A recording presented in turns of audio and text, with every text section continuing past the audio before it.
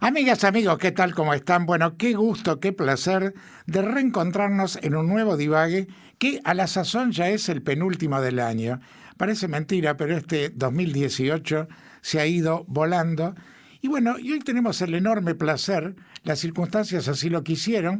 Ustedes saben que esto se está grabando un jueves a la tarde y Abel, bueno, estuvo con algunos problemas digestivos serios, de que eso se transforme en un mano a mano con alguien que conocimos aquí en un divague, pero que tuvimos el enorme placer de decir que lo consideramos un gran amigo porque tenemos con él una relación muy afectuosa.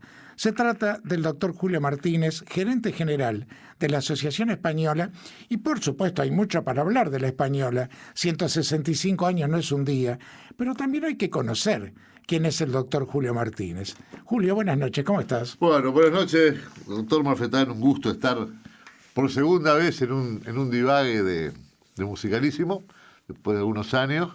Vamos a extrañar a Abel hoy, pero voy a tener el placer de divagar contigo, así que realmente un saludo para toda la importante audiencia y un gusto estar nuevamente por acá. Bueno, vamos a ver por qué principio quieren las cosas. ¿Quién es el doctor Julio Martínez? ¿Cómo comienza su historia?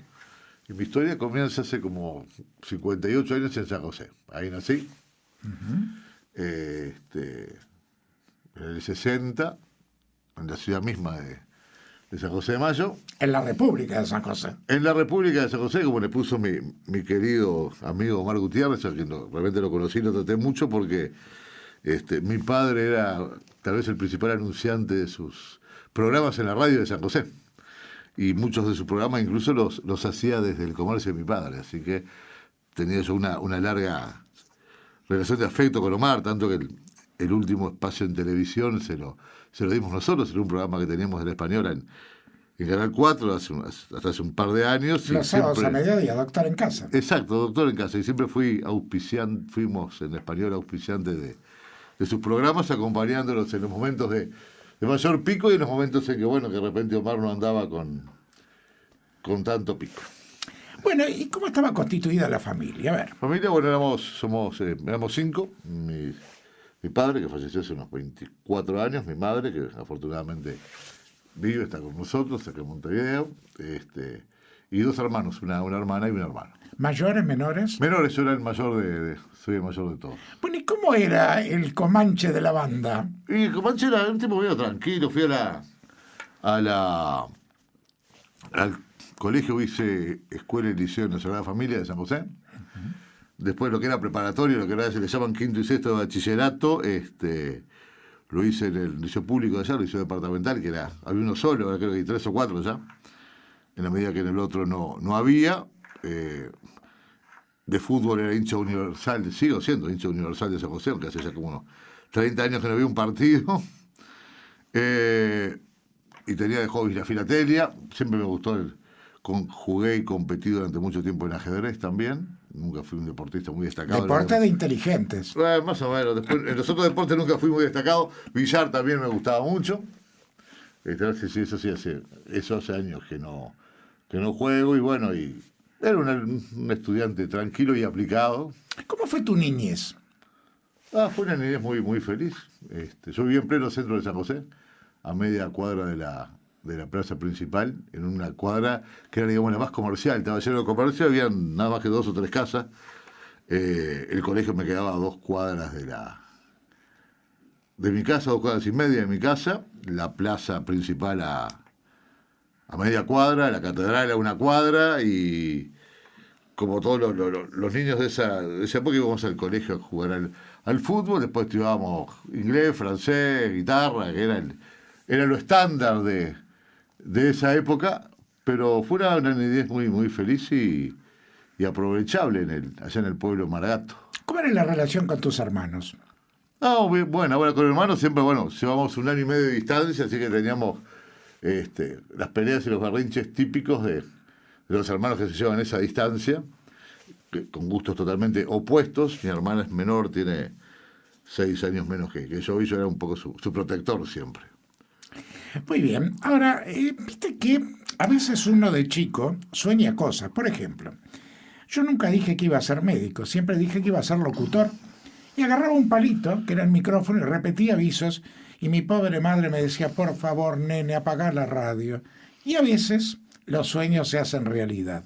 De chico, tú ya eras de dirigir cosas, de sentir que te gustaba que los demás hicieran lo que tú querías, de ponerte al frente de iniciativas. Más o menos. A veces sí, a veces no, depende. No era, digamos, en la escuela un tipo bastante tímido. Se me hubiera imaginado que iba a hablar en una radio, cosas, no me lo hubieran dicho nunca. Y me fui lanzando en esas cosas a medida que iba creciendo. Ya en el liceo ya era más organizador. Hasta alguna vez organizaste una revuelta dentro del colegio. A ver, ¿cómo fue esa anécdota? No, fue un lío ahí entre un bando de la clase y otro, en cuarto de liceo, y organicé un bando y todo. Fue. Ahora, ya en esa etapa de adolescente uno empieza a cambiar sus características. ¿Ya allí te empezaste a definir como un hombre de letras? ¿Y por qué en tal caso? De letras siempre. Verdad era bastante, pero y no tenía problema con matemáticas. Algunos dicen, estudió Derecho porque es matemática. ¿Verdad? A ver, esto es bastante conocido entre toda la gente que me conoce. Yo, cuando era niño y adolescente tenía mucha inclinación hacia ser cura. Ah, mira. Era uno de los monaguillos más destacados del pueblo y todas esas cosas. Después entré a estudiar Derecho y después se fue extinguiendo eso, pero se fue extinguiendo después de los 20 años. Así que letras sí, porque me gustaba la filosofía y la historia siempre me apasionó y me gustó mucho. Incluso cuando estaba en segundo de escuela me acuerdo que en la Sagrada Familia daban premios especiales, uno por clase, el más destacado de cada materia, y yo me gané el premio especial en religión. Mis padres temblaban, decían, se va para el seminario. Pero bueno, al final nunca ingresé al seminario, aunque estuve cerca. Y entonces por ese lado tuve mucha inclinación también siempre hacia las letras, la historia, la filosofía es una cosa que me gusta. Uno de mis hobbies, la filosofía ha sido uno de mis hobbies también. Especialmente la filosofía clásica. Bueno, muy bien. Y siempre hay un momento de trasplante difícil para la gente del interior, que es comenzar la facultad en Montevideo. Claro, San José está muy cerca, pero ¿cómo fue el trasplante? Bueno, fue un trasplante, yo le digo, a ver, Canarito Gil. Yo venía seguido a Montevideo porque acompañaba a mi padre a veces que venía a las fábricas y teníamos familiares acá. Pero yo vine a la facultad a los 17 años, cosa que no es muy típica, porque ¿qué pasó? Cuando la Sagrada Familia fue reconocida oficialmente, porque antes yo para entrar al liceo tuve que dar examen de ingreso. Claro, sí. Porque no nos reconocían eso. Cuando fue reconocida, en el proceso de reconocimiento, yo lo agarré antes de reconocerlo, lo agarré en el proceso, pero antes, así que tuve que igual dar el examen de ingreso. Tuve que ajustar los planes a los públicos. Y entonces, como estábamos supuestamente adelantados, yo pasé de tercero a quinto de escuela. Mira. Y no hice cuarto. Claro. Digamos, yo no, todo el grupo. Sí. Y los que estaban en el segundo pasaron a cuarto. Con lo cual, termino el bachillerato con 17 e ingreso a la facultad con 17. O sea, un año antes de lo habitual. Un año antes de lo habitual. Entonces, el primer año me vine con una pensión a 2 amigos. La pensión que estaba en Ejido entre Soriano y Canelones. Me venía los lunes de mañana y me iba los viernes. Esa era una ventaja. A última hora, eso casi siempre, salvo en épocas de examen y eso, que me podía quedar capaz que un mes seguido, pero en realidad nunca tuve, como le pasa a los estudiantes del norte del país, que de repente los de Artigas vuelven una vez en el año, los de Salto, yo tengo compañeros de Salto y Paysandú, que iban una vez al año para afuera. Yo habitualmente me iba, es decir, durante toda la carrera, salvo en periodos de examen, que a veces me podía quedar hasta 2 meses, porque en San José nunca logré estudiar nada, nunca logré agarrar un libro, me tenía que quedar acá para poder estudiar. En realidad, todo el mundo tenía barra de amigos acá, salían acá, iban a los bailes acá, todo acá. Yo en San José, porque los viernes de noche, o los viernes de tarde, o los jueves de noche, según cómo terminaban las clases, me iba siempre para allá. Si el ómnibus no era directo, íbamos en la cita no directa, podíamos orar 3 horas, parando por todos lados. Y si era directo demoraba 2 y pico, 2 horas más o menos, pero cuando no agarrábamos el directo era terrible. Y alguna vez que me fui en tren fue como 3 horas y media, salí a las 12 de la noche y llegamos casi a las 4 de la mañana. Épocas heroicas. Sí, claro. Hablemos un poco de la incidencia de tus padres. Tenés a tu mamá viva. ¿Qué ha representado tu madre para ti? ¿Y qué representa hoy ya una señora grande, pero con la felicidad de que con 58 años todavía la tenés? Sí, mi madre tiene 80, si la ves, parece que tuviera 70. La verdad que está bárbaro y representaron como todos los padres, transmisión de valores, de estudiar, de nunca creérsela, de no pensar que aunque uno tuviera una buena situación económica las cosas eran fáciles, sino que había que esforzarse siempre, estudiar siempre, trabajar siempre, y la transmisión de valores, eso básica, fundamentalmente. Claro. Y bueno, ya nos vemos cada tanto, a veces yo soy... Uno la vorágine de la vida posmoderna lo lleva a andar a los saltos, pero representó básicamente eso en un tiempo en que, bueno, las madres estaban más tiempo con los hijos, es decir, iban a todas las reuniones del colegio, eran situaciones distintas a la de hoy, pero en el tema de la transmisión de valores fue muy importante. ¿Tu papá falleció cuando tú tenías qué edad? Y yo tenía 34. Ya eras un hombre, pero ¿qué representó la partida de tu padre, que era un hombre joven todavía? Sí, era joven, en realidad, tenía 58. Y no fue una partida esperada, porque si bien era diabético, fue un problema de un stroke de golpe. Claro, uno tiene una perspectiva distinta. Es decir, yo cuando tenía 34, para mí alguien de 58 era un viejo. Yo ahora tengo 58.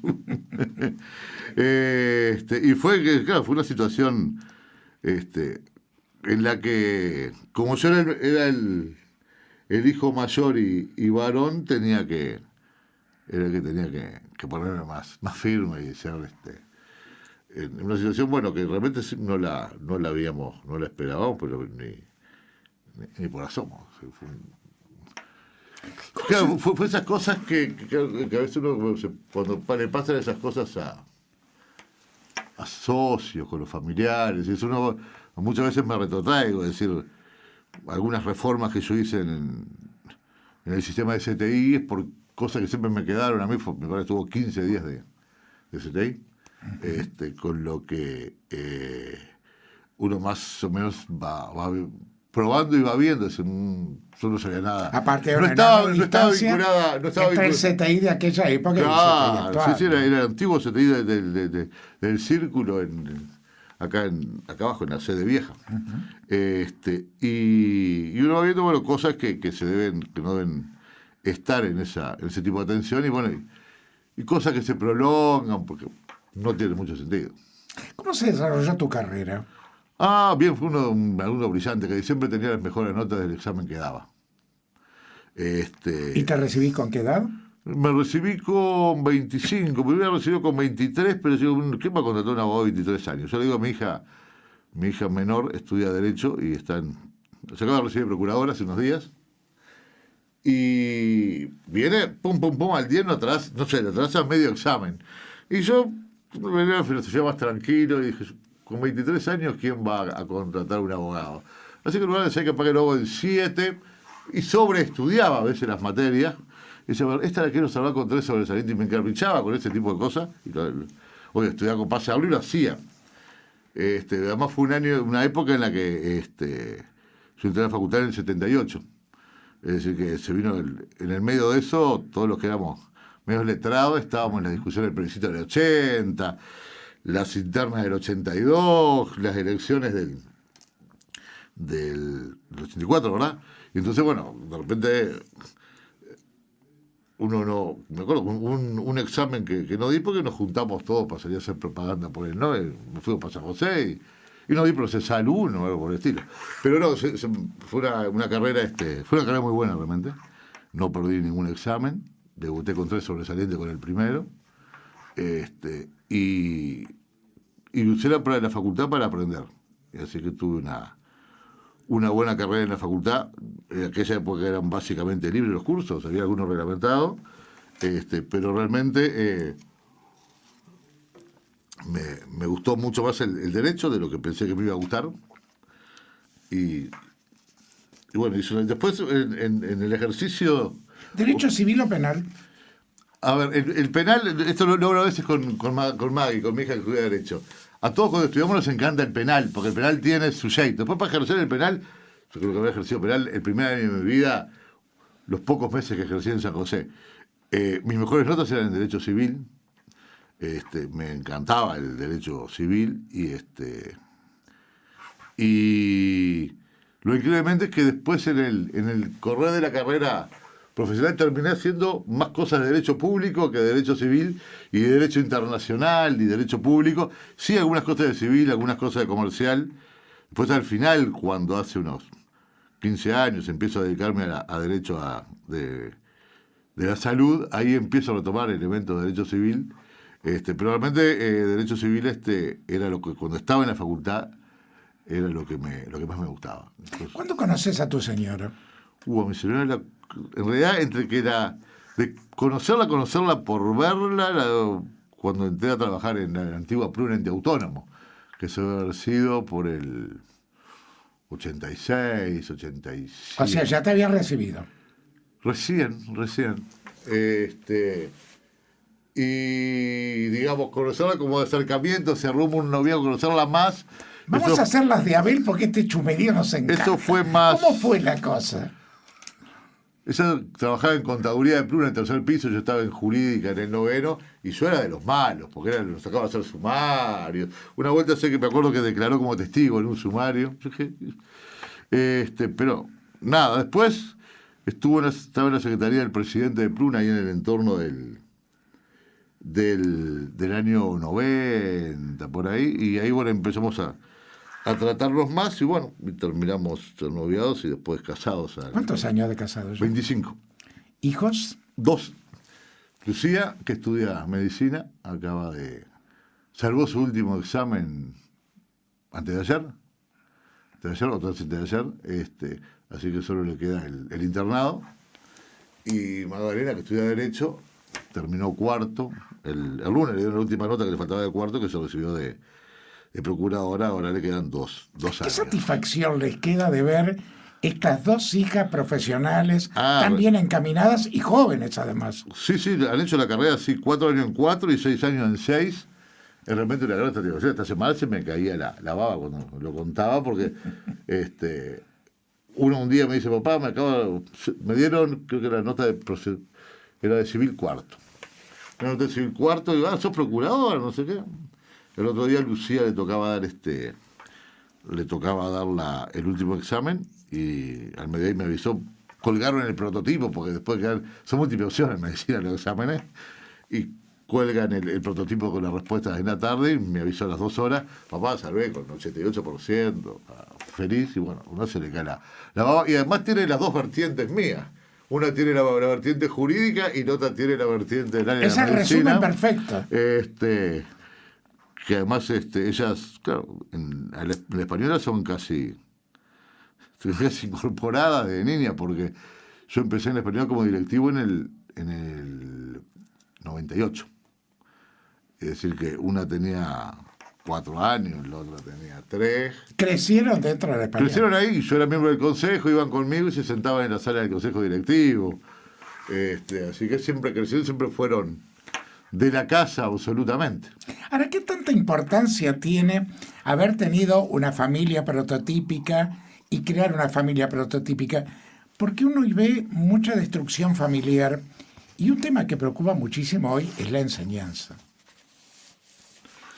Sí, a ver, aquel viejo adagio de que la familia es la base de la sociedad, no hay duda que sigue vigente, y que la educación, el centro de la educación está en la familia, porque ahí está la transmisión de los valores, además de los conocimientos. Ahora yo con mis hijas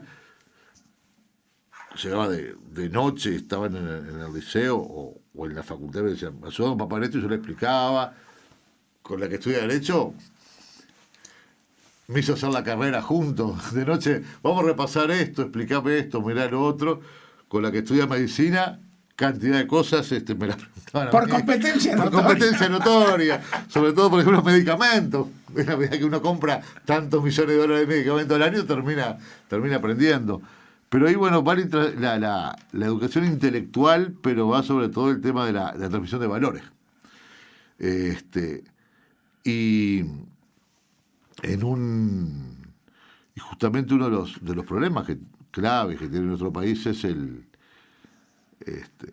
es un tema muy escabroso porque hay mucha discusión sobre el tema y sobre el rol de la familia y el concepto de familia que está puesto en cuestión, o el concepto tradicional, digamos, en lo cual uno cuando se mete en esas discusiones empieza a tener problemas de lo que es políticamente correcto hablar, de lo que no es políticamente correcto hablar, los que tenemos una formación en determinada, que somos tradicionales en determinada, nos cuesta a veces visceralmente, porque intelectualmente uno entiende las cosas, pero en el espíritu es distinto.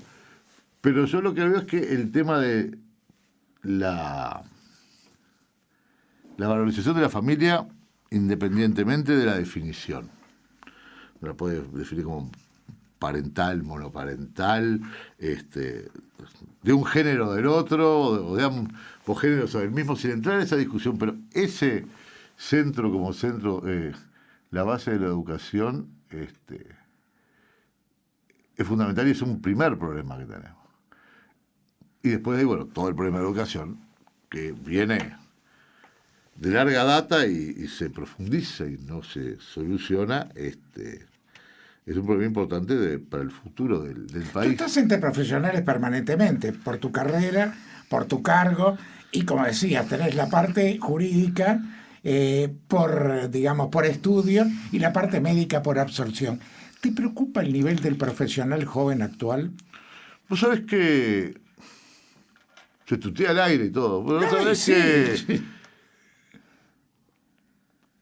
que yo a los médicos jóvenes los veo bien. Qué bueno esto. Los veo bien.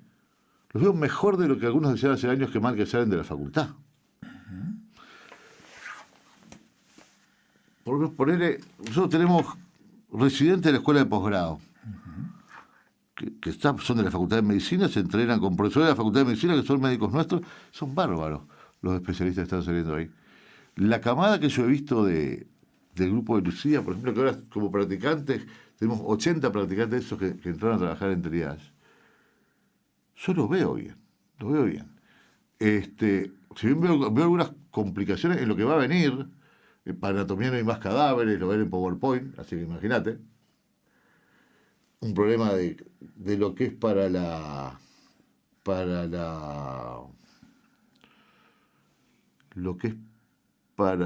el razonamiento. La escritura es esencial para ordenar el pensamiento. Y sus exámenes son múltiple opción, todo. Claro.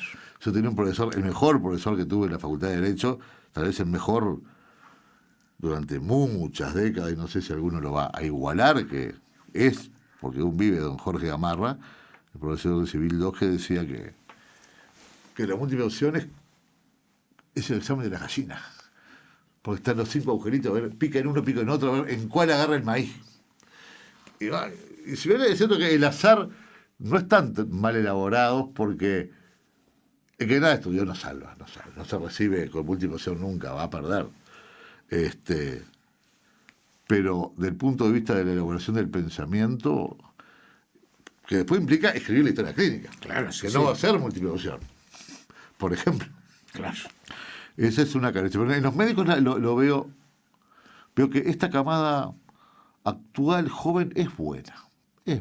¿Y cómo ves la llegada de médicos extranjeros? Porque ha llegado gente muy capacitada a nuestro Y medio. bueno, nosotros hemos tomado unos cuantos.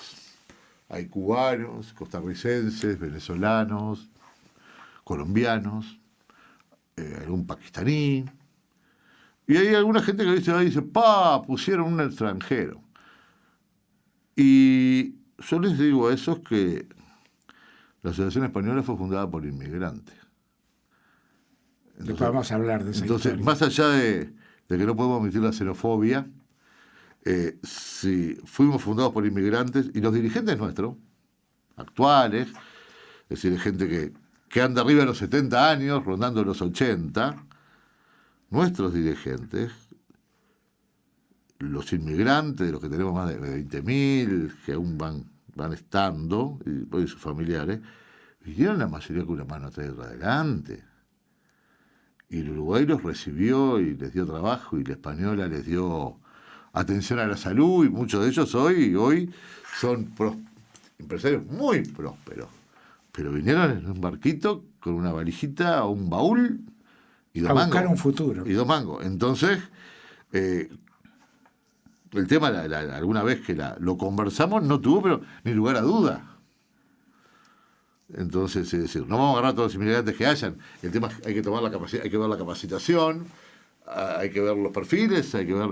Pero además, hay de muy buen nivel. La verdad, porque uno dice, las universidades colombianas, y las universidades colombianas son buenas. Las de Costa Rica son buenas. Las escuelas de medicina de Venezuela no son malas. Entonces, no nos podemos creer el ombligo del mundo. Y Cuba está sumamente reconocida. Sí, en Cuba bueno, ahí hay varias escuelas y eso a veces trae, tampoco uno entiende a veces cómo es tan lenta la facultad de medicina o la universidad, no sé quién es que lo hace, para reconocer no el título de médico general, claro, las especialidades. Las especialidades.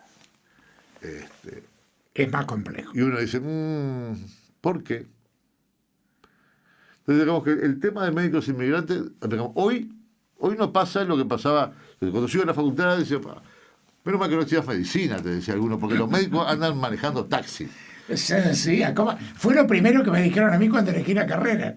Y yo ingresé a la facultad en el 66. Claro. Hoy no existe eso. Hoy hay un buen campo laboral para los médicos.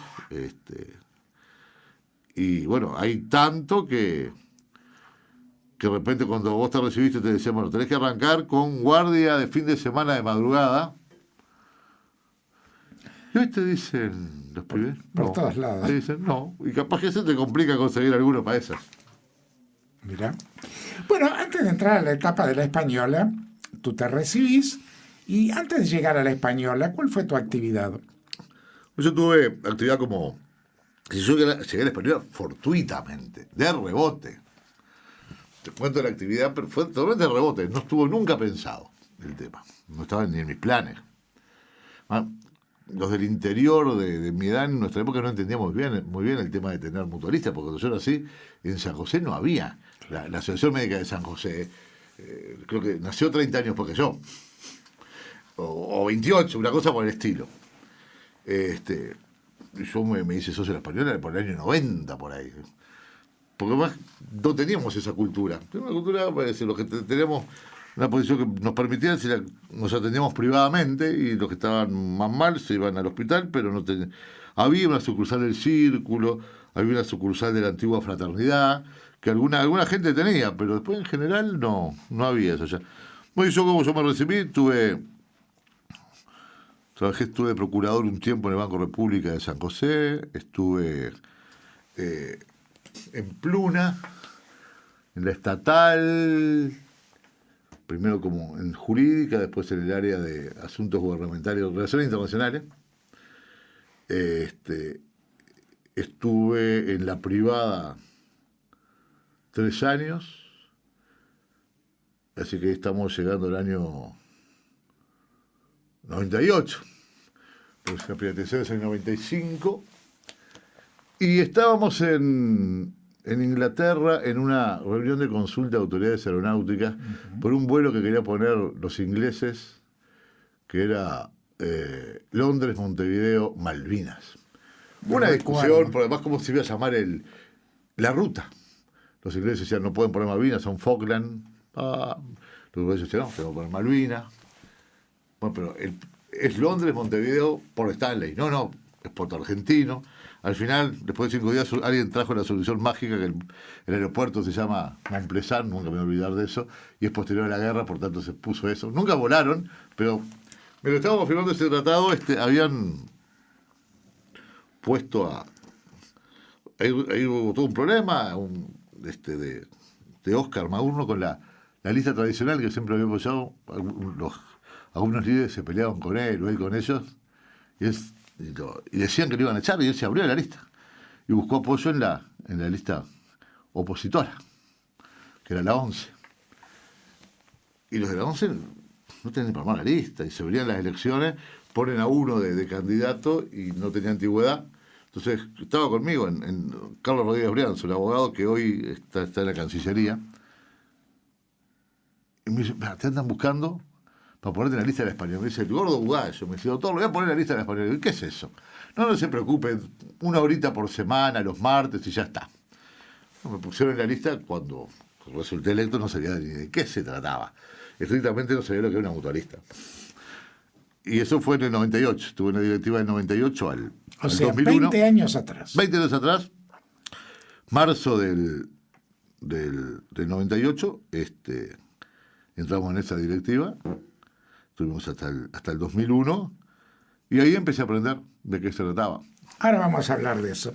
Señores, 0 horas 37 minutos, estamos en Musicalísimo, estamos en Radio Oriental de Montevideo, Uruguay, en pleno divague, con el doctor Julio Martínez, gerente general de la Asociación Española, pero hasta ahora hemos ido conociendo quién es este personaje. Ahora sí, vamos a adentrarnos en su actividad profesional.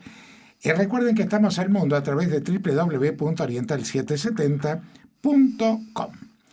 Bueno, llega esa situación, llamémosle fortuita, sí, o inesperada, y eso te vincula a la Asociación Española.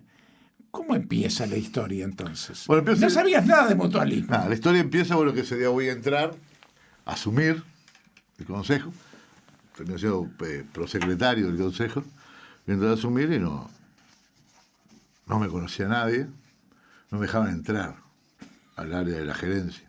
Entonces viene uno que es su jefe, la secretaria, y dice, venga, pase Salgado, me dice. Pues entramos los dos juntos en ese consejo con Juan Salgado, y los dos tenemos la misma edad, y tenemos más o menos el mismo peso en esa época, así que me confundieron.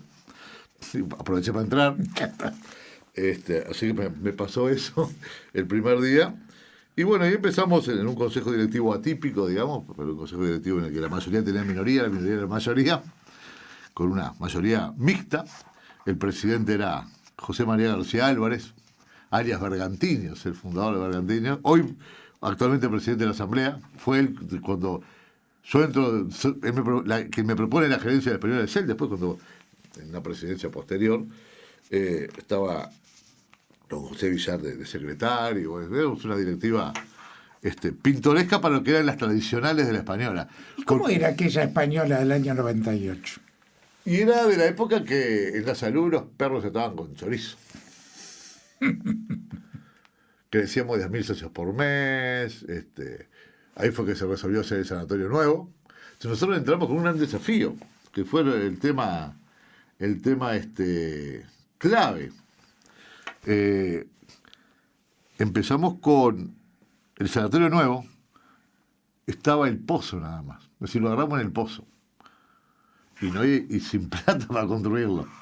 Y el desafío de ese consejo fue ir construyendo el edificio. Teníamos que en esa Española teníamos la famosa diarquía que yo digo, que en Esparta habían 2 reyes, uno que conducía el ejército, otro que estaba gobernando. En la Española teníamos 2 personas en la cúspide de la organización administrativa y gerencial, que era el gerente general, don Hércules Mazzucchelli, y el administrador general, Oscar Maurno, que tenían divididos los temas, pero estaban los dos en el máximo lugar de la jerarquía, y eran casi como el hemisferio izquierdo y el derecho del cerebro. Un día Mazzucchelli me dijo, mire doctor, la Española es todo lo que Oscar hizo y lo que yo no le dejé hacer. Eran como los dos hemisferios, tener los escritorios pegados uno al lado del otro, y con Mazzucchelli, que era el hombre cerebral, era la parte racional de ese cerebro, él era el hombre que sabía más de la teoría y de la doctrina del mutualismo en el Uruguay por lejos. Y tuve la suerte de aprenderla con él, y después de trabajar con él como asesor, y después de estar juntos en el de la mutualidad del Uruguay.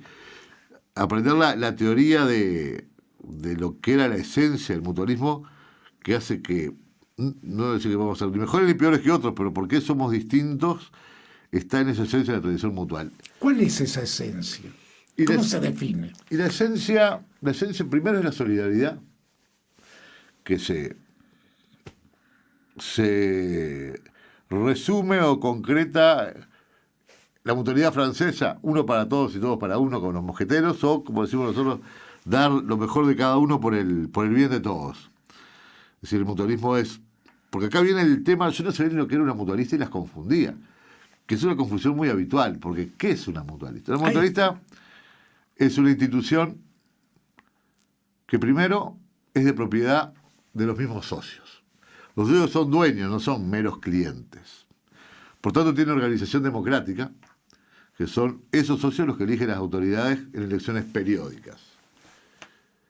Como la organización democrática tiene que tener igualdad de derechos, libertad de ingreso y egreso, pero fundamentalmente tres características más.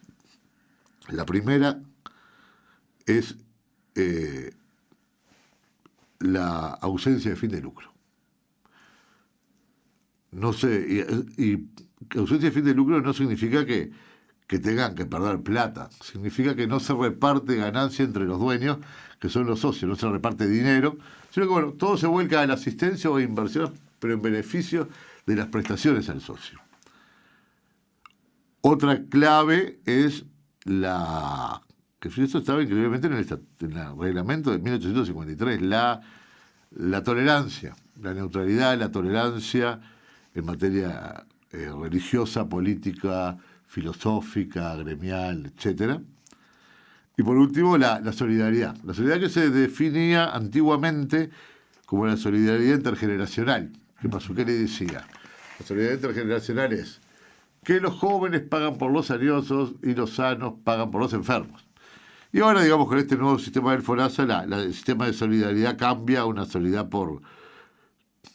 de los que el que cobra más paga más de aporte al FONASA, pero termina siendo también un sistema solidario. Y eso independientemente del objeto de la prestación de la institución mutual, que es para asegurar o ayudar en determinadas contingencias de la vida. Si las mutualistas pueden ser de salud, pueden ser de servicio fúnebre, pueden ser de educación. En otros lugares del mundo hay de educación, hay de turismo. En Argentina algunas funcionan con sistemas de microcréditos y micropréstamos, funcionan mucho, pero la esencia es crear un fondo común para destinarlo a ese tipo de cosas.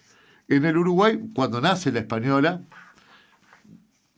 daba, por un lado, la prestación de asistencia a la salud, que era muy básica, había un médico, cuando nace, 39 fundadores liderados por Bucio Cordero y Rondós, acá en la calle Cerrito, muy acá una cuadra y media. Esa asistencia médica básica de un médico, un sangrador y un boticario, más los santos sacramentos y 20 socios que acompañaran al cura para dar los santos sacramentos, más el servicio fúnebre y 20 socios que acompañaran al fallecido a su sepelio. Y decir, ¿por qué eso? Y eran inmigrantes, no tenían familiares. Entonces, la solidaridad implicaba que los socios acompañaran a los otros socios en estos problemas. Es allí donde surge lo de Asociación Española Primera de Socorros Mutuos. Un poquito después, me faltan dos prestaciones. A ver. Es el seguro de desempleo. No, perdón, de desempleo no. De desempleo por enfermedad. ¿Ya? El subsidio por enfermedad. Se le pagaba un patacón diario al que estaba enfermo, que era el equivalente a un jornal. Y para el desempleo había una bolsa de trabajo que buscaba empleo entre los españoles.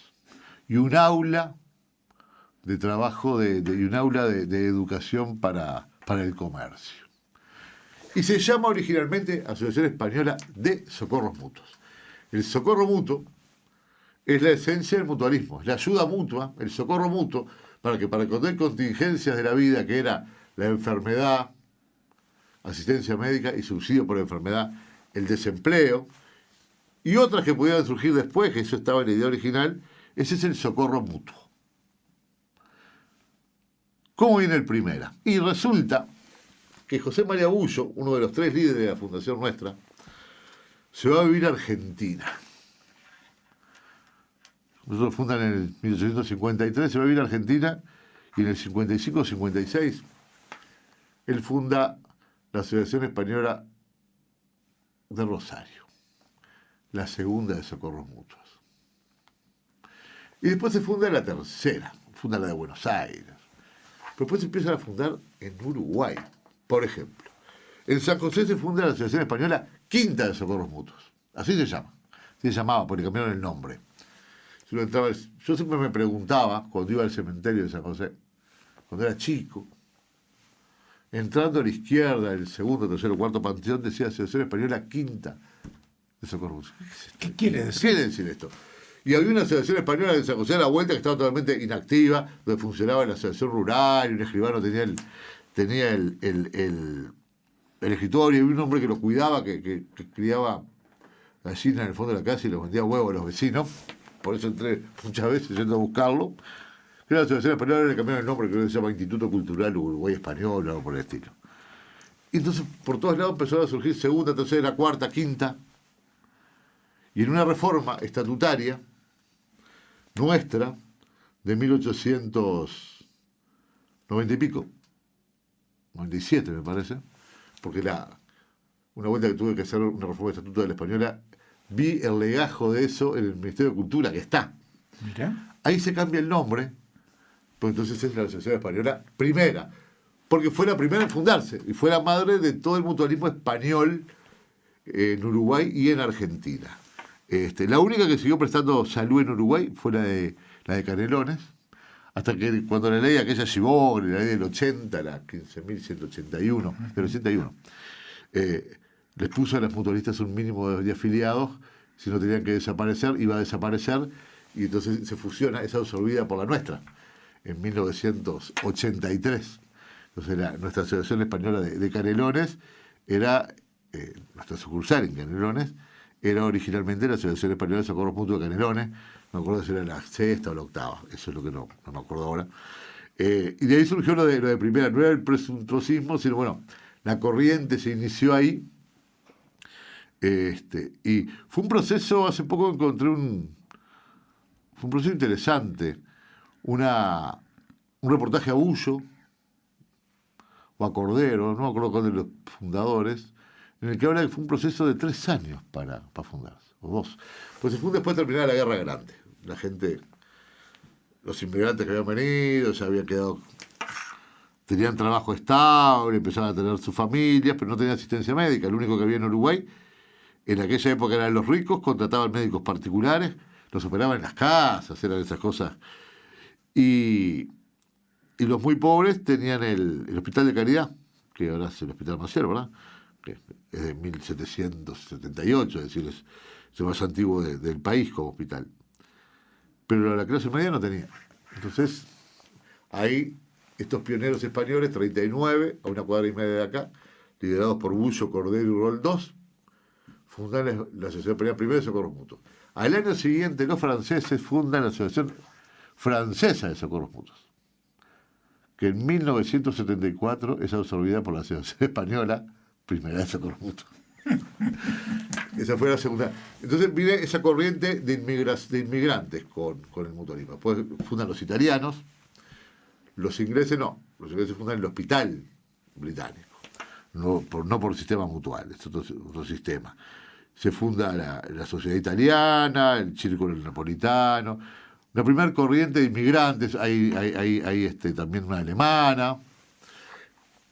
Mucho tiempo después los empleados del ferrocarril, yo digo que hicimos era el Kurk mutual. Después empiezan a fundarse las religiosas, aparecen los círculos católicos, aparece el evangélico, aparece, al principio eran todas de hombres. En el litoral Salto Paysandú se funda la primera con mujeres. Era la Asociación Motorista de Señoritas. Y después aparecen las políticas. Dentro de esa vinculación aparecen las religiosas y aparecen las vinculadas a filosofías, a lo que es la fraternidad, que estaba muy vinculada a la masonería. Y después aparecen la mutualista del Partido Nacional, la mutualista Valle, la del Partido Colorado, después siguen. Pero ese era mutualista. Después ya aparecen las otras cosas. Cuando decía mutualismo, en mutualismo es todos los principios que dije y todos los objetos amplios. Pero en Uruguay, en el uso vulgar, no en el lenguaje técnico ni jurídico, pero en el uso vulgar a veces los usos vulgares empiezan a volver vagos y ambiguos, y el uso central u original empieza a desvirtuarse o a ampliarse o a restringirse. Entonces se amplía por un lado y se restringe por otro, la palabra mutualismo en el uso vulgar. Cosa que lo que estamos diciendo la mutualista no se enoja, dicen, fulana mutualista, esa no es mutualista, es otra cosa, es una IAMPP, es una cooperativa, es una corporación médica, es una sociedad de producción sanitaria. Después empiezan a formar los otros tipos que toman el modelo asistencial de prepago y el sistema de funcionamiento lo toman del mutualismo, pero no toman los elementos de la propiedad, sino que son propiedad de determinados grupos médicos, y ahí nacen las corporaciones médicas, la sociedad de producción sanitaria, las cooperativas médicas, bueno, después el tema de la CIAMPP, que normalmente se les llama mutualista, y uno de repente los escucha en la propaganda, o los ve cuando anda por acá gente del mutualismo internacional y dice, pero tienen que prohibirle ustedes, bueno.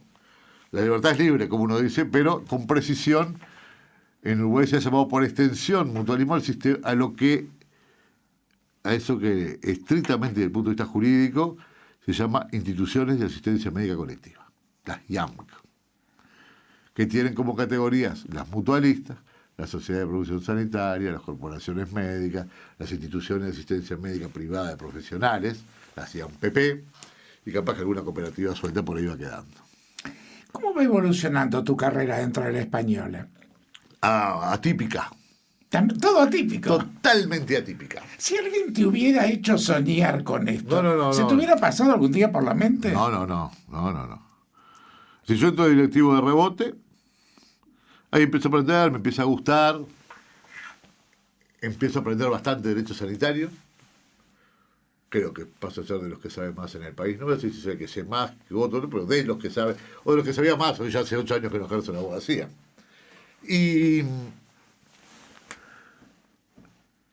termina el consejo directivo, no podía ser funcionario por 3 años, pues, estatutariamente, ni tener otra vinculación. Y bueno, empiezan a venir 2001, se viene la crisis 2002, aparecen todos esos problemas y empiezo a integrarla como asesor jurídico de la Unión de la Mutualidad del Uruguay, la Cámara de Mutualistas, la que estaba en la española. Y ahí empiezo, digamos, la carrera profesional en la salud. El derecho aeronáutico me sirvió mucho porque son dos actividades en las que son muy reglamentaristas, con mucho reglamento, y en las dos hay una alta incidencia del Estado. Son servicios regulados por el Estado, entonces, y con una alta necesidad de saber dialogar, negociar o pelearse y amigarse con funcionarios públicos, entidades públicas, etc. Eso tenía una analogía interesante. Y otra analogía importante es que, bueno, que el principio de seguridad es esencial en las dos actividades. El principio de seguridad, la safety, en la aviación, es esencial porque es una actividad antinatural la aviación. Desafía la ley de la gravedad.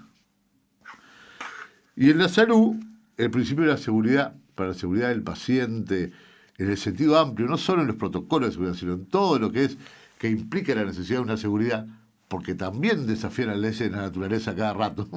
Las desafía el anestesista, las desafía el cirujano, las desafía el medicamento, entre comillas, este desafío. Sí, claro. Tienen analogía. Entonces, una actividad me sirvió para entender la otra.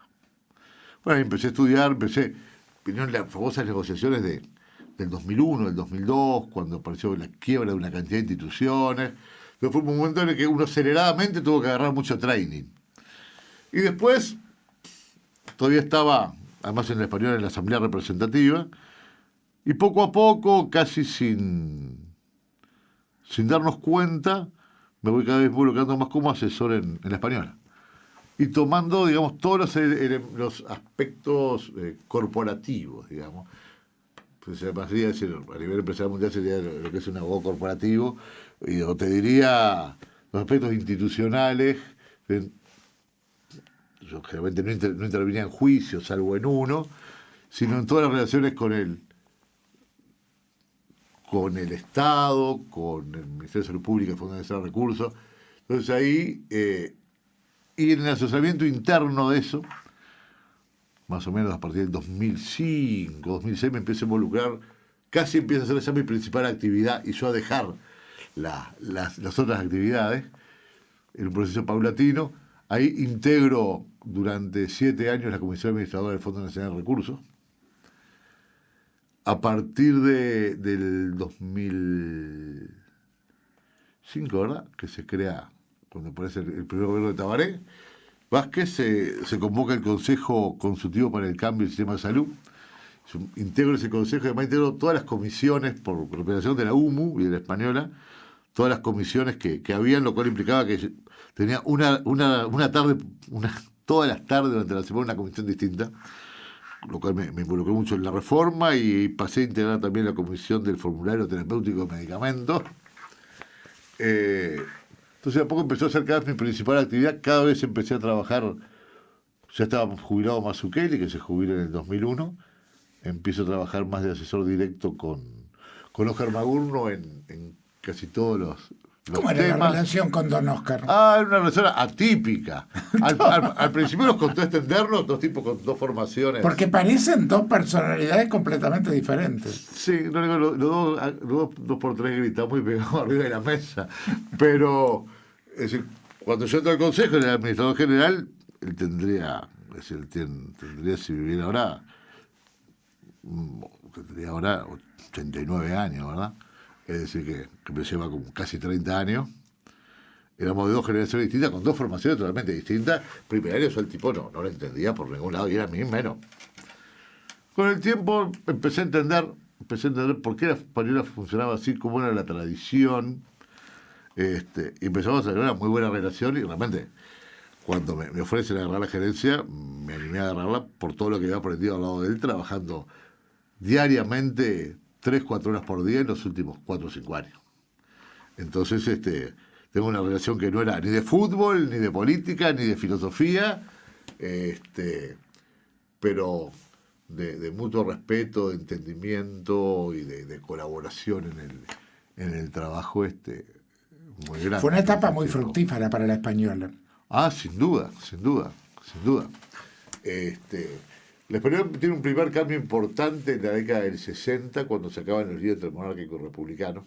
Y ahí todavía los liderazgos estaban a nivel de los consejos directivos, como era tradicional en la mutualista, y era don Enrique Cabal que hizo ese paso importante. Pero después en la española, ese fue un poco el secreto de que no se cayera, cuando se cayeron decenas.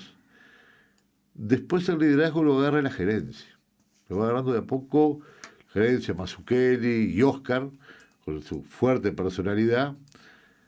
Termina armándose, después que se jubila Mazzucchelli en 2001, más todavía queda Óscar solo, en la cúspide gerencial, termina armándose un esquema de funcionamiento de corporación moderna internacional, en la cual el consejo directivo es como un board de directores, solo una vez por semana, marca las líneas, pero no interviene en la gestión diaria, y la gestión diaria y la gestión, digamos, empresarial, institucional, la tiene la gerencia. Eso hace también que se termine la división política, aquella de las listas rivales, por ejemplo. Sí, no sé si se terminaron a veces por eso, si se terminaron por la biología, porque a veces las listas rivales venían de problemas del pasado. Pero, por ejemplo, yo venía de una lista rival. Pero después terminé la lista oficial porque los rivales, algunos siguieron de lista rival, pero la lista rival no hace lista cuando soy. A ver, uno de los chistes que a veces habituales en la española que dicen que los de la lista 1, el presidente nuestro, don Gerardo García Reales de la lista 1, dicen, lo mejor que trajo la lista 11 fue traerlo a usted, que es el gerente.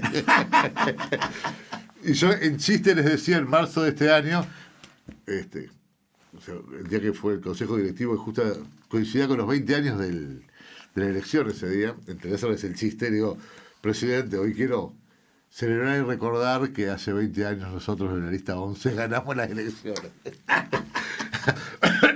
Pero bueno, con esa gente, además, bueno, yo tenía esa ventaja de tener muchos amigos en la lista 11 y estaban aquellas listas que los líos antes eran entre monárquicos y republicanos, eso ya se acabó.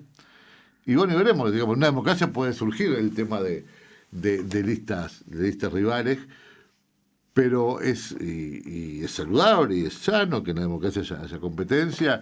A veces hay, a veces no hay. A veces hay situaciones en que una cuestión muy encarnizada puede complicar mucho la institución, porque, a ver, alguna de la situación del sistema de hoy no es la de hace, vamos a ponerle, 30 años. O no era de hace 20, cuando yo entré a la directiva. Entonces, algunas cosas que se hacían en esa época, durante una contienda electoral, si se hacen hoy puede liquidar una institución. Las cosas que uno decía y hacía, las propagandas que se hacían. Y a veces uno ve en otros lados que a veces pasan cosas de esas. Afortunadamente o sea que no ha pasado. a estar la institución por encima de...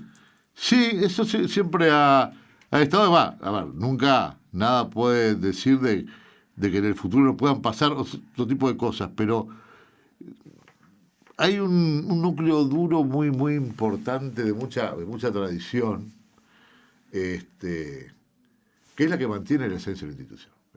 ¿Cómo se mantiene una institución de 165 años?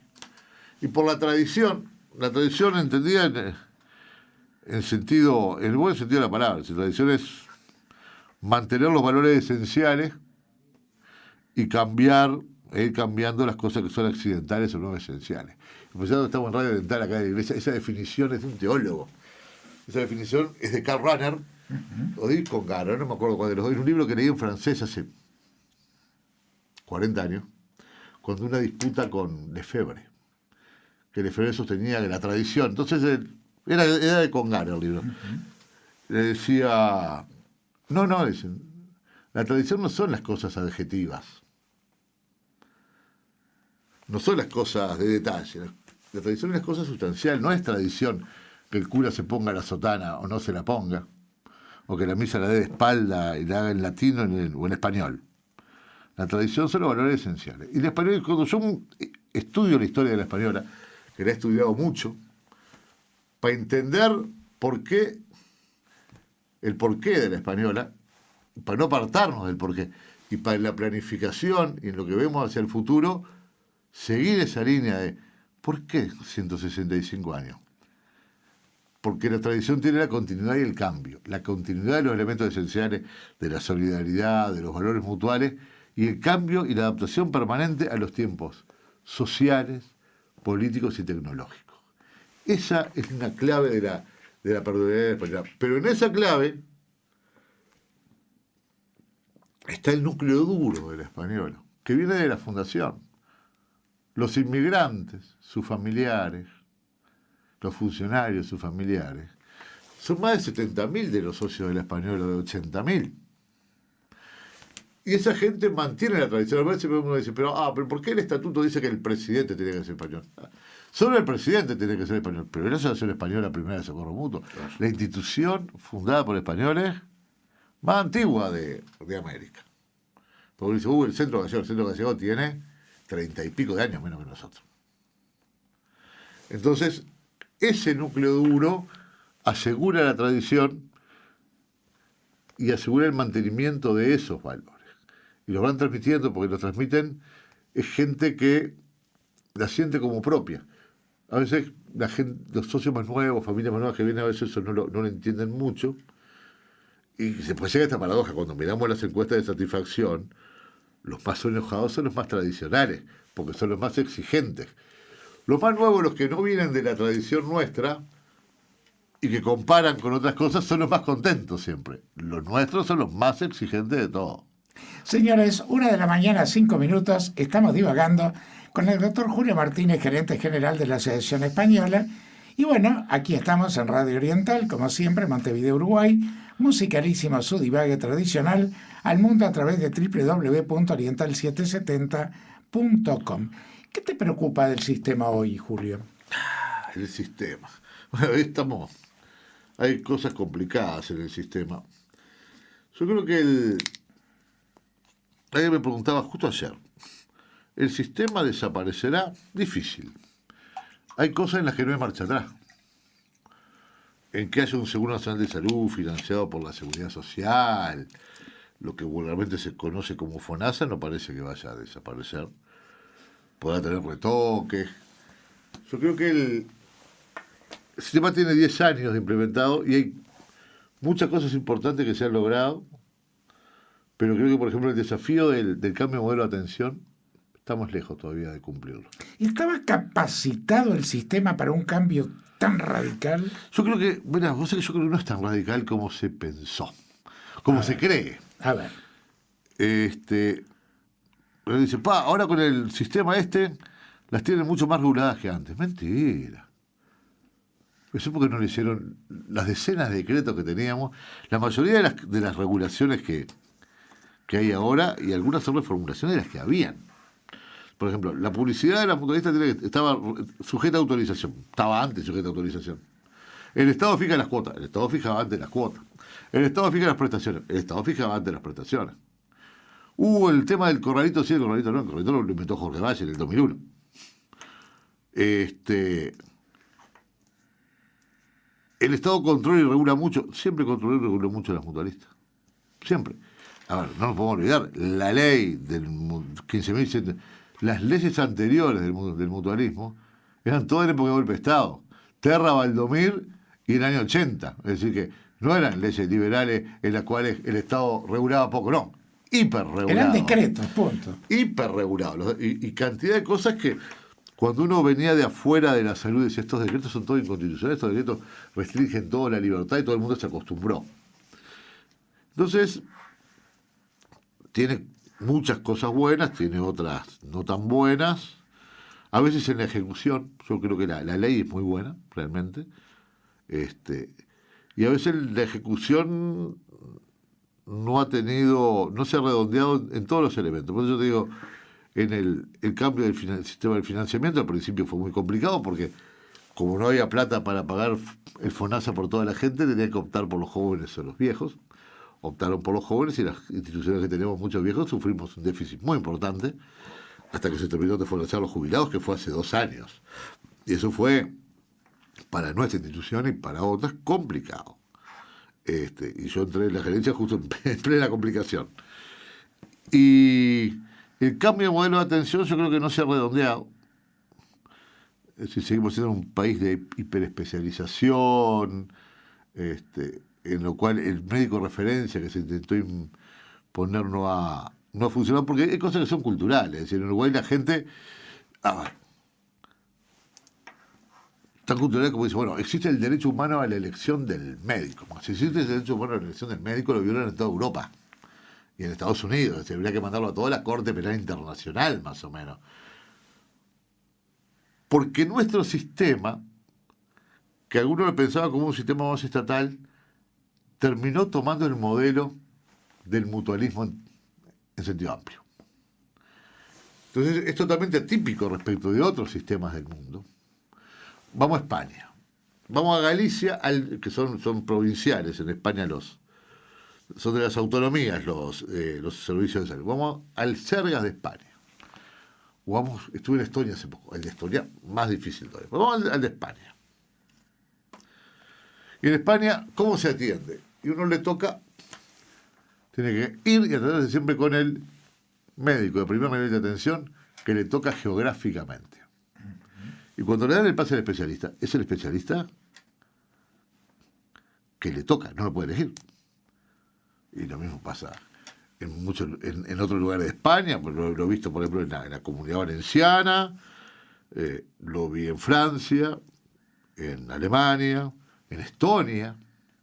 En Estonia, como a veces es difícil conseguir especialistas, tienen la teleconsulta por internet. Desde 2004 lo tienen.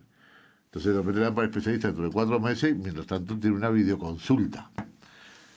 Entonces en Uruguay tenemos ese elemento de libertad que, a ver, no creo que ningún político lo vaya a cambiar, ni yo propongo cambiarlo. Pero que tenemos como sistema, tenemos las listas de espera son más cortas. Que en Europa cuando ponen la lista de espera, cuando pusieron que la lista de espera de cirugía era de 6 meses, festejaban, y no hace muchos años. Pero justamente por eso la gente está acostumbrada a decir, bueno, yo hipertenso voy al cardiólogo, y no son todas las hipertensiones para el cardiólogo. No. Pero tenemos esas, diabético voy al diabetólogo, no son todas para el diabetólogo. Pero tenemos esa costumbre. Entonces creo que el fortalecimiento del primer nivel de atención con el médico de cabecera, de familia, entre comillas, lo que sea, que es algo importante para el sistema y para mejorar la atención, para que la gente... A veces viene algún amigo y me dice, vi a 5 especialistas y no sé, pero andate a un buen médico general, un internista que te gerencie y te diga y te oriente. Si no vas a seguir rebotando de especialista en especialista. Ese cambio de modelo de atención, esa parte, está en el debe. Porque implica un cambio cultural, que eso lleva tiempo, y porque si uno lo quiere acelerar, ¿quién paga el costo político de poner normas restrictivas? Nadie. Ese es un tema. El otro tema es el de la tecnología. Y a veces hay gente que ideologiza el tema de la tecnología y se vuelven antitecnológicos. Y ahí entran a discutir en un paralogismo de falsa oposición, dijera Baferreira, en su lógica viva. Y oponen tecnología a resolutividad en primer nivel de detención, y son cosas distintas. Es necesaria la prevención, nosotros estamos trabajando mucho en prevención, mucho en promoción de salud, mucho en la educación, pero vemos toda una generación que no venimos de la época de la prevención, la promoción, etcétera, y que tenemos que tener las tecnologías curativas. Y uno de los desafíos de todos los sistemas de salud del mundo son los altísimos costos que se vienen cada vez mayores con tecnologías que están apareciendo ya de medicina prácticamente personalizada. Los futuros medicamentos que van a haber, los futuros tratamientos, las prótesis individualizadas. Si se vienen toda una cantidad de elementos tecnológicos que creo que está faltando la preparación y capacitación del personal para que los afronte. Uno va a Europa y la cirugía laparoscópica es lo normal. Ahora, ¿cuánto incide en todo esto una mixtura interesantísima que ustedes plantearon en una charla que hicieron con Eduardo Bottinelli de Factum? Porque claro, mitad del personal es joven, mitad del personal es tradicional, mitad de los afiliados están acostumbrados a la vieja usanza. Hay otra gran parte que son jóvenes, con un concepto distinto. No es fácil coordinar todo eso. No es fácil. Por eso viene el concepto que no es la igualdad, sino es la equidad. Y tenemos que tener para todos los públicos. Es decir, la justicia se define como aquello de dar a cada uno lo suyo. Así que aprovecho a pasar una deformación profesional. Pero como mostramos, tenemos 2.000 empleados millennials.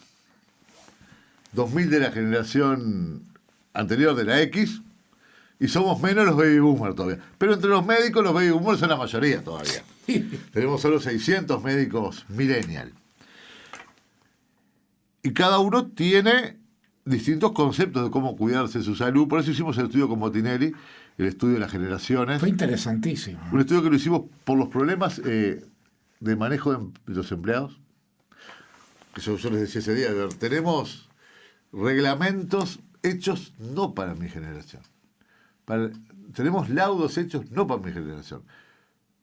Para médicos que eran amigos de mi padre. Porque vienen del laudo que se firmó cuando yo tenía 5 años. Y tenemos que tratar con los millennials, con los nativos digitales, que esas cosas no las entienden. Y cómo uno los fideliza. Ese estudio, hay que tener esos estudios permanentes, y sabemos que tenemos que, sin permitir las exageraciones, porque acá también hay de todo, hay avivados, hay ver cómo los tratamos a los millennials en su oferta de salud, cómo es lo más adecuado para atenderlos desde el punto de vista locativo, desde el punto de vista del tipo de médico, de cómo uno, por ejemplo, cuando inauguramos en la zona joven, zona joven, ¿verdad? la zona joven, no voy a llamarle policlínica, adolescente, tratar de Ahí está. desmedicalizarlo un Esa fue una poco. de las inauguraciones de este año. Me encantó el espacio, incluso está fuera de lo que es la Española, porque está allí en la avenida Rivera y 20 de septiembre, y es un ambiente absolutamente diferente. Claro, nosotros, el espacio surgió primero fue el espacio mujer en Rivera, Que se bien hizo en cerca de la febrero. Española, donde dijimos, bueno, la verdad que un día pase y digo, esta policlínica de ginecología está media vieja. Acá yo venía a acompañar a Rosana cuando estaba embarazada de Lucía hace 25 años. Entonces, o 24. Entonces, vamos a concentrar todas las especialidades ginecológicas y anexas en un espacio mujer. Entonces, donde estaba la vieja clínica de la mujer, casa de la mujer, clínica de la mujer. Y bueno, nosotros, cuando uno hablaba de la policlínica de adolescente, un día hablo con una de mis hijas, fue a acompañar una amiga, papá, qué horrible. Todo suena a problema. Parece que van los pibes complicados. Pero no es así. No iban los pibes complicados ni las pibas complicadas. Pero surgía muy metida, o sea, en una casa aparte, en calle Casino, donde estamos llenos de consultorios. Entonces dije, bueno, una buena oportunidad es eso que tú señalabas. A 2 cuadras. Con otra decoración, con un ambiente que tienen las tablets, una especie de coworking, tienen la sala de espera con agua saborizada, le agregamos deportólogo, endocrinólogo, salud mental de otra forma, porque en nuestras generaciones, cuando dicen, escuchábamos cuando éramos chicos, fulano va al psicólogo. ¡Pum! Yo me enteré muchos años después que una vuelta nos hicieron un test de inteligencia, después nos vamos viendo, que lo hizo un psicólogo. Pero nunca no me dijeron que fui un psicólogo a hacerme el test, porque capaz que era raro. Claro. Entonces estaba todo eso. Y yo, eso por ejemplo, lo hablo con mis hijas. No, pero papá, que vayas al psicólogo, que vayas a la salud mental, es lo normal. ¿Por qué tenés que decir que están? Me fueron enseñando y cambiando la Las cabeza. mejores observadoras. Y entonces llamé al equipo de pediatría de adolescentes, les planteé la idea de la reformulación, les encantó. Entonces reformamos un espacio joven que no se llame policlínica, porque ya suena enfermedad, y ahí está la promoción de la salud, está el deportólogo, está todo el aspecto preventivo, la ginecología del adolescente, y todos los espacios de salud mental o de psicología, que no necesariamente porque es una enfermedad, entre comillas, es una época, un tránsito de la vida que es como un orientador, como un coaching, o como para otros un director espiritual, una ayuda. Y eso, bueno, tanto lo potenciamos que nos quedó tan chico que ahora estamos alquilando un apartamento en la Torre de los Caudillos. ¿Ah, sí? Sí. Con 3 habitaciones para poner la parte de tres consultas más permanentes del área de psicología y coaching y apoyo, porque realmente fue cambiarle el look, cambiarle el nombre y explotó. Se transformó en atractivo, digamos. Sí. Y los botellines empezaron a ir. Dejó de ser, es para los que están enfermos. No. Cambió totalmente. Y en 3 meses. Fantástico. Aparte quedó realmente espectacular. Bueno, otras cosas, pero en español han pasado tantas cosas últimamente. ¿Cómo va el tema de familia acompañante? Familia acompañante viene viendo en popa. Va a cumplir en enero sus 4 años. 4 ya. ¿Sí? Con ¿Cómo surge la idea y por Y la qué? idea surge, bueno, en la Española había tenido un acuerdo con otro servicio durante muchos años y tenemos un planteo de los socios, ¿por qué no tener un servicio propio?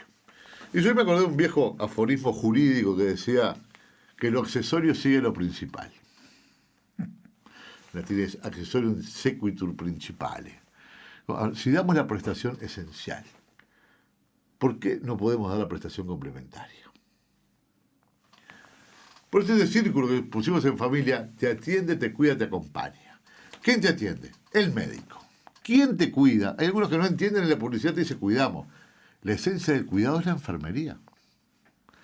Te atiende, te cuida y te acompaña Entonces, eso en un verano que me puse filosófico, quería definir el porqué, al estilo Simon Sinek, y el aspecto ideológico de esa prestación. Que no era un commodity, no era un tema de competencia comercial, sino era un tema de completar la asistencia a los socios. Completar cambiando el modelo.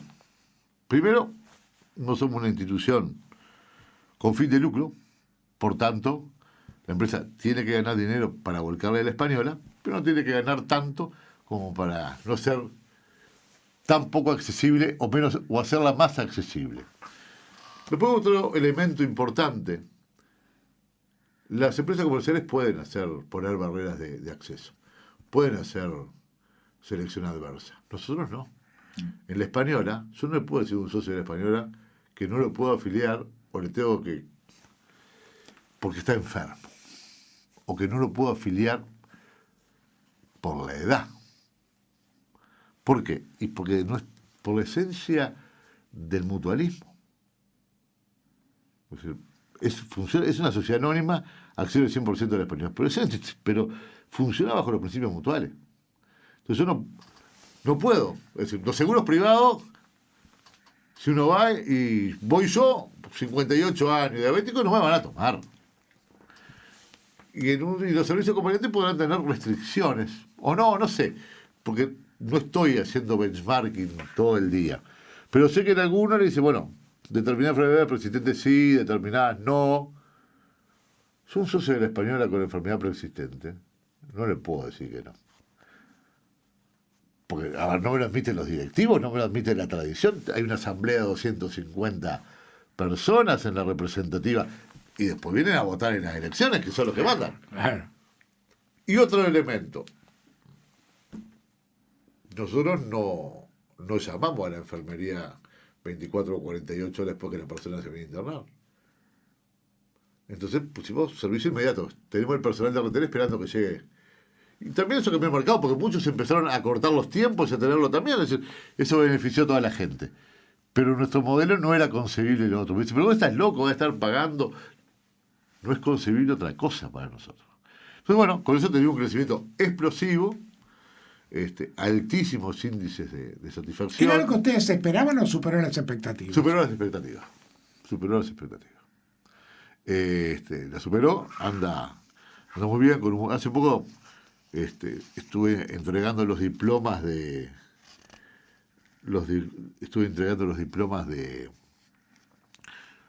un curso de refresco y talleres que le vamos haciendo periódicamente al personal. Es muy bueno eso. Para atender, pero también para ellos, porque un primer principio que tenemos que tener es cuidar a los cuidadores y acompañar a los acompañantes.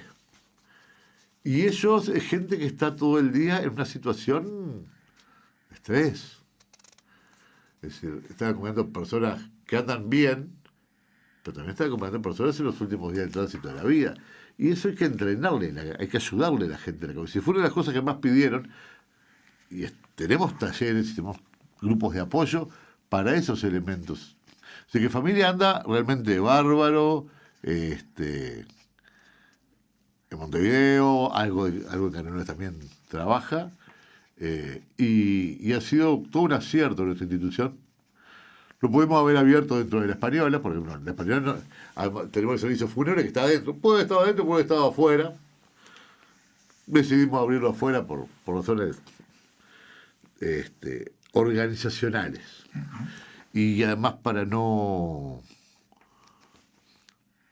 por transparencia ante los números del Ministerio de Salud Pública y todo lo demás, de forma tal que se vean las cosas por separado, que después al final termine estando todo el resultado final económico, que en realidad el resultado económico ¿para qué importa? Y para nosotros importa para brindar un mejor servicio. Claro. Solo para eso importa, para volcarlo en eso. Y bueno, familia realmente está muy bien. La emergencia móvil era una cooperativa que andaba mal, por los muchachos en Pando de Arroz Blanco, en Palme Olmos, y ahora lo extendimos a todo lo que es la Costa de Oro, no Ciudad de la Costa de Oro, del peaje de Pando hasta la Floresta. Y realmente anda volando. Espectacular. Anda volando. Pusimos pediatría que no había en el hogar, porque el secreto de los 165 años es la flexibilidad y la innovación también. Y las innovaciones pueden ser radicales porque se inventó algo que no es fácil inventar la rueda, o una forma distinta de hacer algo, o cosas nuevas que las hacemos distintas. Nosotros decimos familia, no vamos a algunas cosas. Innovamos en el esquema de precios, innovamos en la no selección adversa, porque no la podemos hacer, no porque quisiéramos decir, bueno, nosotros vamos a hacer. No, no la podemos hacer. No entra en nuestro ADN. Y el servicio inmediato, Es fantástico. que no sea inmediato, tampoco entra en nuestro ADN. Y que no puede ir a la emergencia, no entra en nuestro ADN. Claro. Y bueno, y armar una emergencia móvil en la costa, y tenía que tener pediatras, porque otra cosa no entra en nuestro ADN.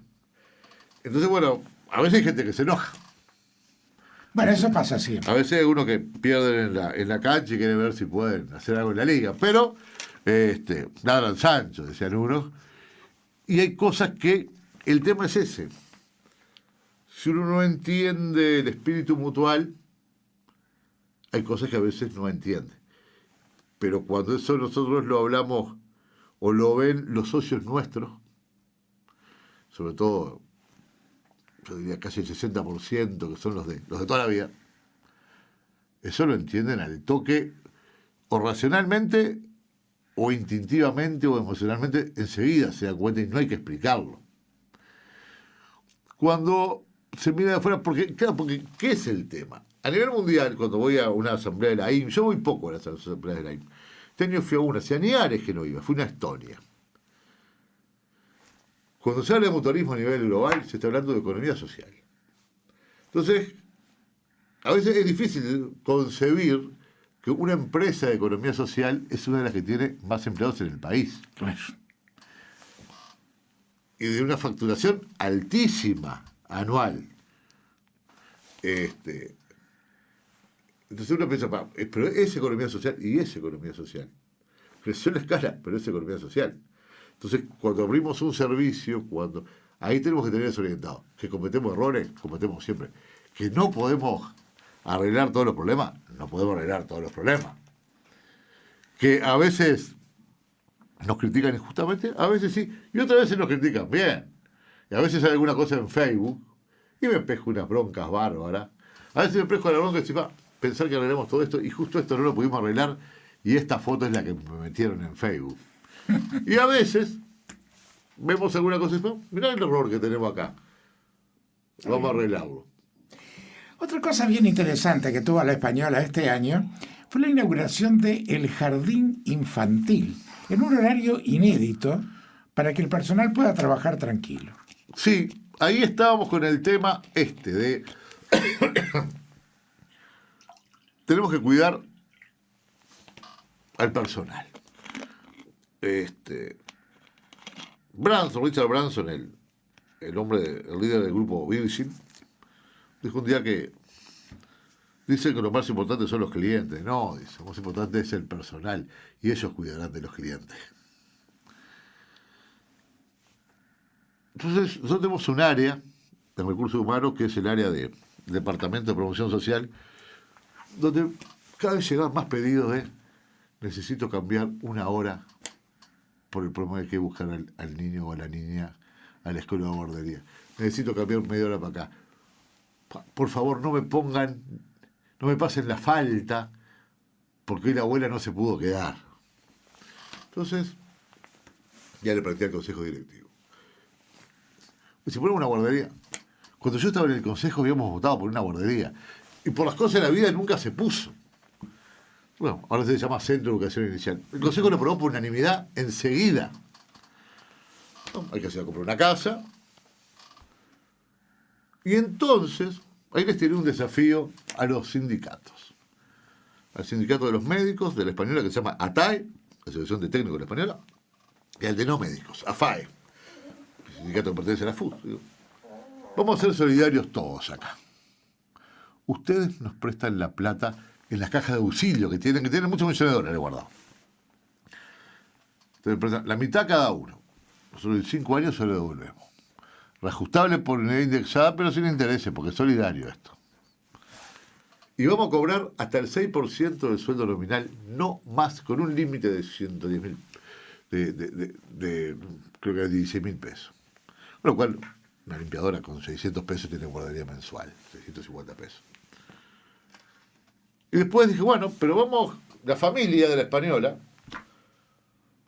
hablamos con el consejo, está la española, están los trabajadores, los sindicatos con su caja de auxilio que apoyaron, están los proveedores.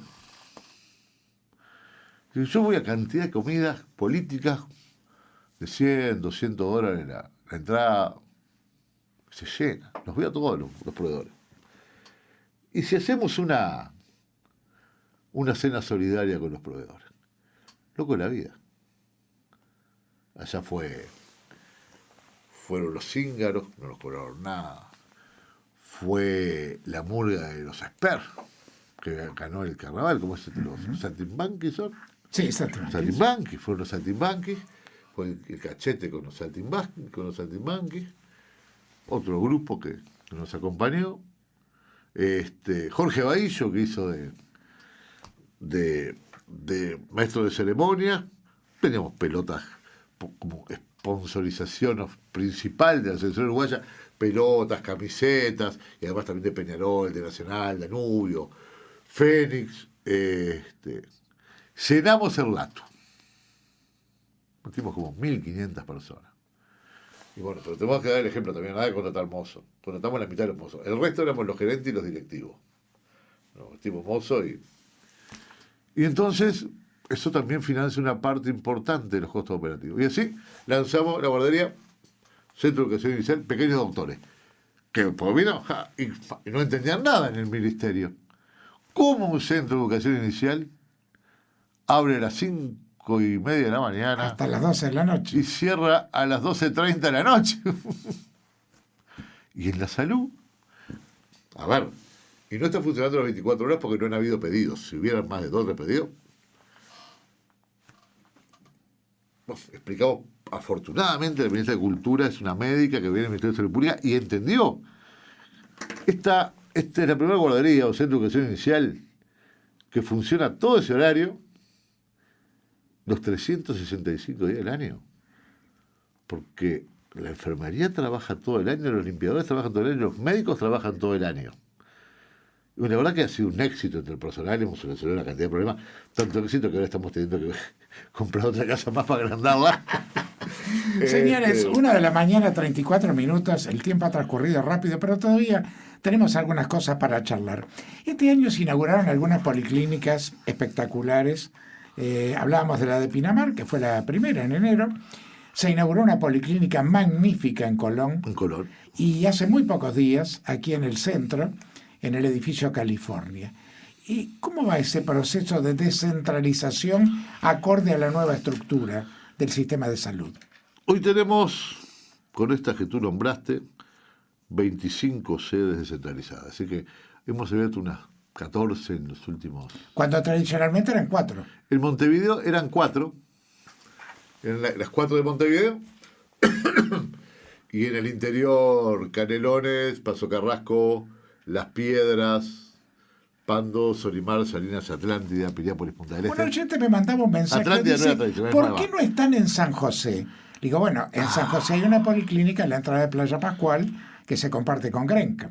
Ese es mis compatriotas Maragato, pues, y no venís a San José. Es un concepto. Para dar una atención adecuada, se van a enojar los Maragatos, pero es no más de 50, 60 kilómetros de Montevideo. Después no vamos a hacer las cosas bien.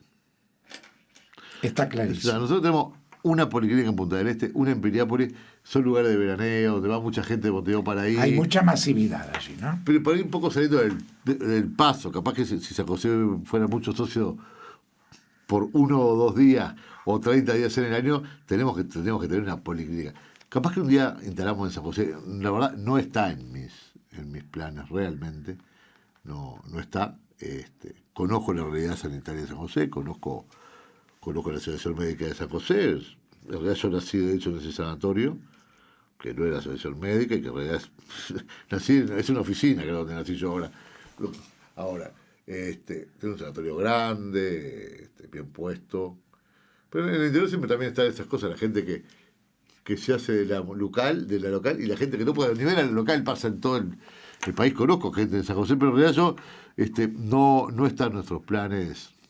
A veces he evaluado libertad, tengo que ser sincero.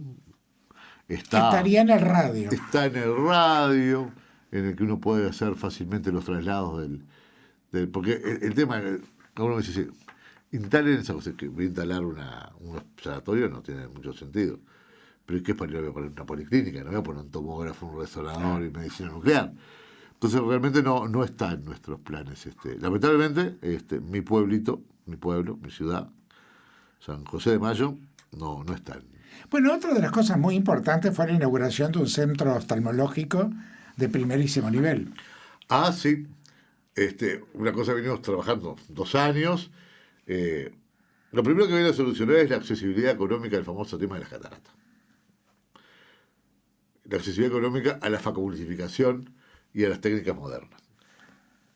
Bajando los precios marcados y además incluyendo una cantidad de otras prestaciones, algunas con equipamiento que solo en el país tenemos en el centro oftalmológico nuestro, en el TOA.